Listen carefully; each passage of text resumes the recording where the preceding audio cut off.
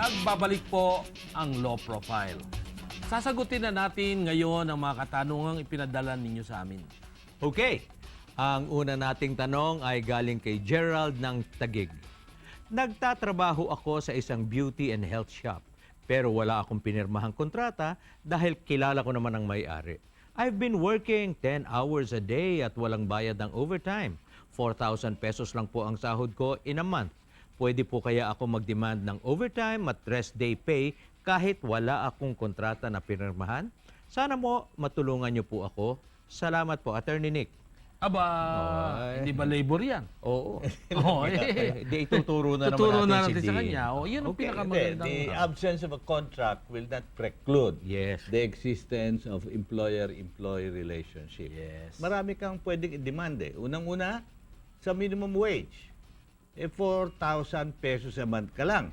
Ang ano ngayon dito sa NCR 426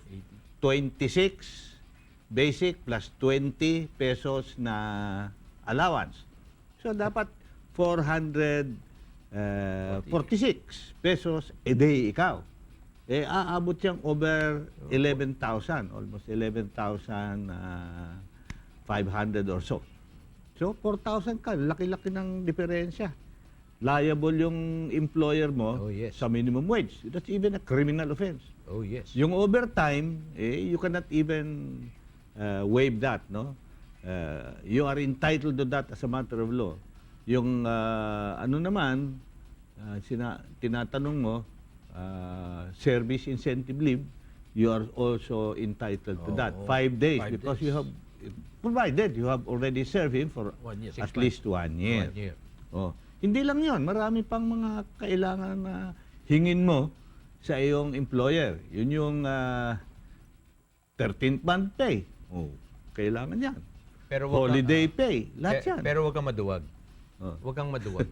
Pero Ipaglaban, bakit ipaglaban ka mo pumayag karapatan. nun, ano? Pero Pumayag hindi siya naman ng kailangan kapatid. makipag-away eh, hindi ba? Hindi naman kailangan hingin mo lang yung karapatan mo. Ah. Ganun lang yun. Kung hindi niya ibigay, mag-file ka ng kaso.